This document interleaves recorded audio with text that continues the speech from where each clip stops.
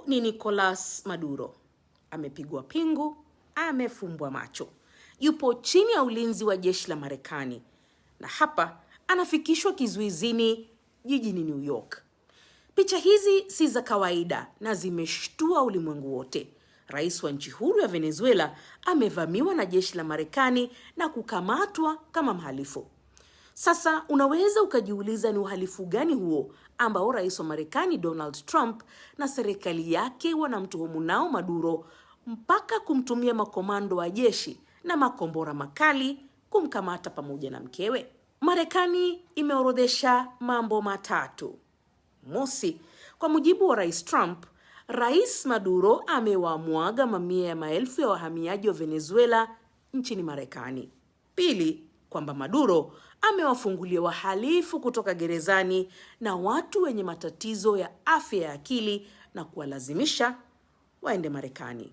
Tatu, na kubwa zaidi, kwa mujibu wa Trump, ni mapambano dhidi ya biashara ya dawa za kulevya, hasa fentanyl na kokeni, akidai dawa hizi zinatoka Venezuela na Maduro ni kinara wa genge liitwalo Cartel del Dos Soles ambalo linasafirisha kiasi kikubwa cha dawa za kulevya nchini Marekani.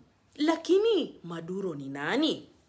Nicolas Maduro aliwahi kuwa dereva wa basi katika jiji kuu la Venezuela, Caracas, na kisha kujihusisha na masuala ya kupambania haki na maslahi ya wafanyakazi. Hatimaye siasa za nchi zilimvutia na akapanda madaraka hadi uongozi wa nchi mnamo mwaka 2013 alipomrithi mwalimu wake wa siasa na rais wa zamani Hugo Chavez. Uongozi wake ulikumbwa na mdodoro wa uchumi na uhaba mkubwa wa huduma zote muhimu.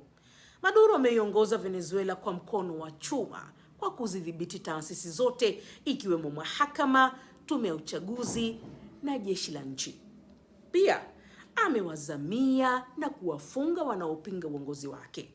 Ugumu wa maisha na udikteta wa Maduro umewalazimisha mamilioni ya wananchi wa Venezuela kukimbilia mataifa jirani ya Amerika Kusini, huku wengine wakisafiri hadi juu Marekani. Marekani pamoja na Umoja wa Ulaya walikuwa hawautambui urais wa Maduro, na moja ya sababu kuu ni tuhuma za wizi wa kura na kuendesha chaguzi zisizo za haki wala uhuru.